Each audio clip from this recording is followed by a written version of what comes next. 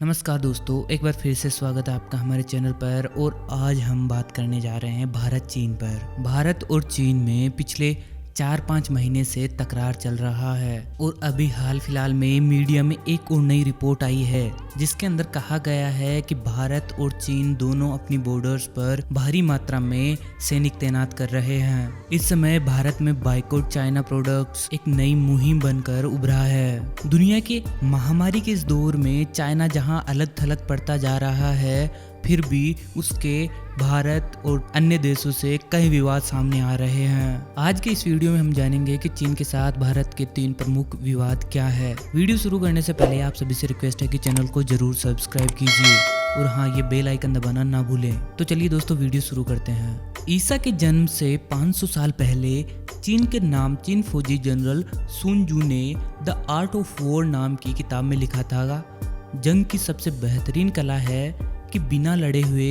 दुश्मन को परास्त कर दो। सैकड़ों सालों बाद भी चीन में इस किताब की बातों का लोहा माना जाता है, ठीक उसी तरह जैसे भारत में चाणक्य नीति को माना जाता है। भारत चीन के बीच फिलहाल जारी बॉर्डर तनाव को समझने के लिए शायद जंग की इस बेहतरीन कला को ध्यान में रखने की भी जरूरत है। मौजूदा हालात ये हैं कि 1999 में पाकिस्तान वाली सीमा पर कारगिल बिल्डअप के बाद शायद भारत की किसी सीमा पर पड़ोसी देश के सैनिकों का यह सबसे बड़ा जमावड़ा हो सकता है। भारत और चीन के बीच की सीमा को वास्तविक नियंत्रण रेखा या LAC कहा जाता है, यानी 1962 की लड़ाई के बाद की वास्तविक स्थिति।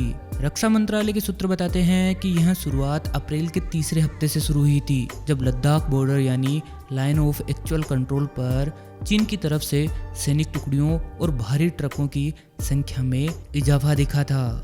इसके बाद से मई महीने में सीमा पर चीनी सैनिकों की गतिविधियां रिपोर्ट की गई हैं। चीनी सैनिकों को लद्दाख में सीमा का निर्धारण करने वाले झील में भी गश्त करते हुए देखे जाने की बात सामने आई थी। मामले की गंभीरता का अंदाजा इस बात से लगाया जा सकता है कि कुछ दिनों पहले सेना अध्यक्ष जनरल नरावणे ने सीमा का दौरा किया। मौजूदा तनाव इस बात से भी बढ़ा कि कुछ दिनों पहले किसी भी देश का नाम लिए बिना चीन के राष्ट्रपति शी जिनपिंग ने सेना को तैयार रहने के निर्देश दिए थे। इसी दौरान दिल्ली में तीनों सेनाओं के प्रमुखों की बैठकों के दौर भी जारी थे।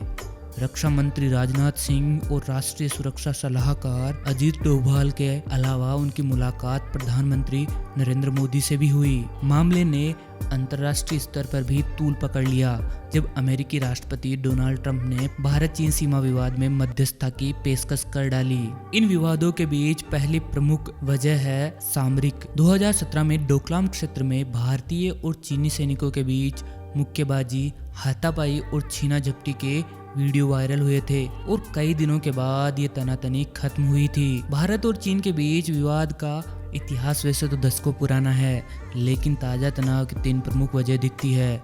जाहिर है, पहली वजह है सामरिक। ये 2 ऐसे पड़ोसी हैं जिनकी फौजों की तादाद दुनिया में पहले और दूसरे नंबर पर बताई जाती है, जिनके बीच परस्पर विरोध का एक लंबा इतिहास रहा है। इस बार भी वही इलाके दोबारा चर्चा में है जहां 1962 में दोनों के बीच एक जंग भी हो चुकी है और चीन का दावा रहा है कि उसने इसमें बाजी भी मारी थी। तनाव की बड़ी वजह पिछले कुछ सालों में भारतीय बॉर्डर इलाकों में तेज होता निर्माण कार्य भी हो सकता है। रक्षा मामलों के जानकार अजय शुक्ला बताते हैं कि सड़कें एक बड़ी वजह है। उन्होंने कहा कि आमतौर पर शांतिपूर्ण रही गलवान घाटी अब एक हॉटस्पॉट बन चुकी है, क्योंकि यहीं पर वास्तविक नियंत्रण रेखा है, जिसके पास भारत ने सियोक नदी से दौलत बेग ओल्डी तक का सड़क निर्माण कार्य।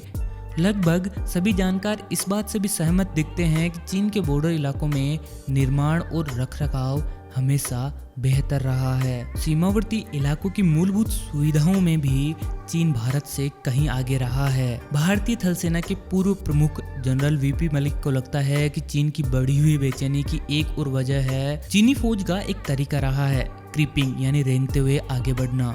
गतिविधियों के जरिए विवादित इलाके को धीरे धीरे अपने अधिकार क्षेत्र में शामिल कर लेना।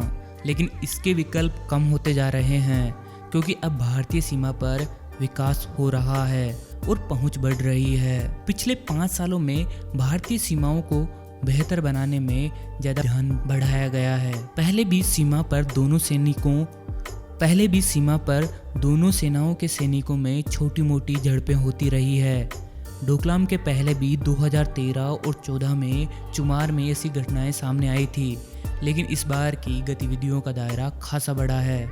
आपको बता दें कि 90 के दशक में भारत की यह रणनीति रही है कि पूर्वोत्तर इलाकों में चीन बॉर्डर के आसपास किसी प्रकार का निर्माण किया ही ना जाए।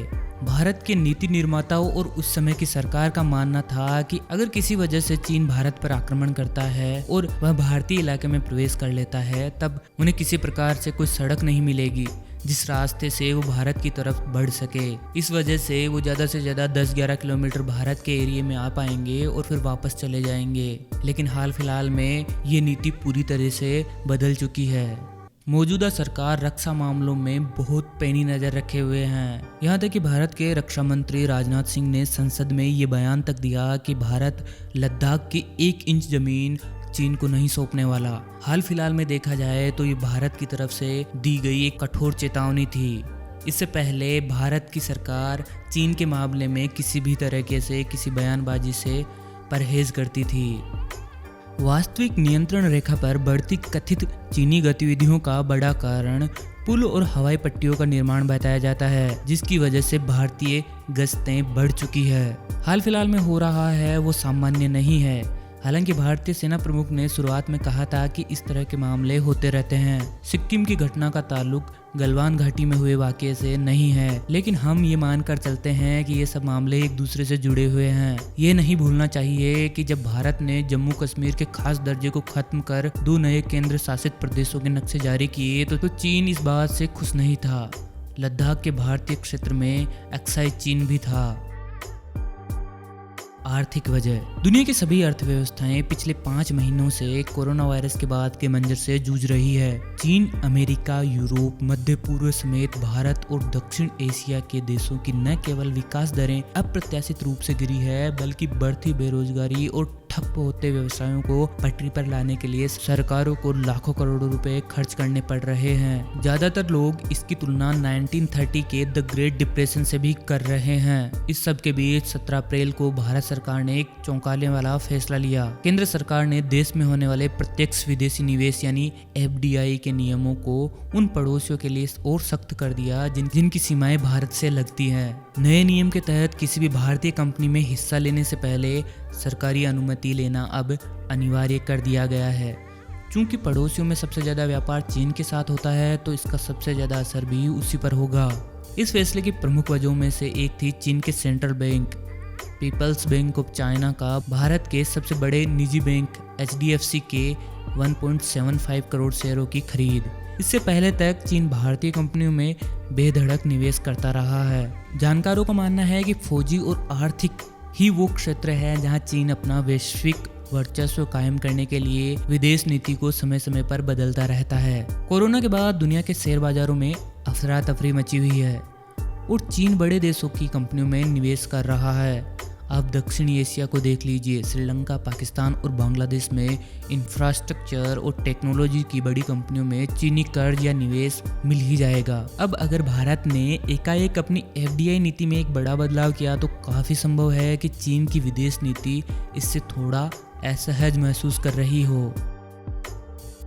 तीसरा प्रमुख कारण कोरोना वायरस और चीन बैकफुट पर। हाल ही में 194 सदस्य देशों वाली वर्ल्ड हेल्थ असेंबली में एक प्रस्ताव पेश किया गया था कि इस मामले की जांच होनी चाहिए कि दुनिया भर में नुकसान पहुंचाने वाला कोरोना वायरस कहां से शुरू हुआ। यह असेंबली विश्व स्वास्थ्य संगठन के प्रमुख नीति निर्धारक इकाई है। दूसरे देशों के अलावा भारत ने भी इस प्रस्ताव का समर्थन किया था। चीन का बचाव करते हुए सम्मेलन में चीनी राष्ट्रपति शी जिनपिंग ने कहा कि चीन ने इस पूरे मामले में पारदर्शिता और जिम्मेदारी के साथ काम किया है। शी जिनपिंग ने कहा कि हमने विश्व स्वास्थ्य संगठन और संबंधित देशों को समय पर सारी जानकारी दी। कोरोना पर काबू पा लेने के बाद चीन किसी भी जांच का समर्थन करता है। चीन इस समय कोरोना वायरस के स्रोत और शुरुआती स्तर पर गलत कदम उठाने की वजह से आलोचनाओं का सामना कर रहा है, लेकिन इसके बावजूद चीन ने पुरजोर तरीके से इसका विरोध किया है। सबसे ज्यादा निंदा अमेरिका से आ रही है। जहां कोरोना से मरने वालों की संख्या 1 लाख पार कर चुकी है। अमेरिका के आर्थिक विकास, ऊर्जा और पर्यावरण मामलों के मंत्री कीथ क्रेच ने कहा था कि ट्रंप प्रशासन चीन को कोविड-19 पर चुप रहने के कारण दंडित करने के बारे में विचार कर रहा है। तो दोस्तों, आप क्या कहते हैं इन सब के बारे में? कमेंट करके हमें जरूर बताइए। अगर वीडियो अच्छा लगा हो तो चैनल को जरूर सब्सक्राइब कीजिए। जल्दी मिलेंगे नई वीडियो के साथ, तब तक के लिए नमस्कार।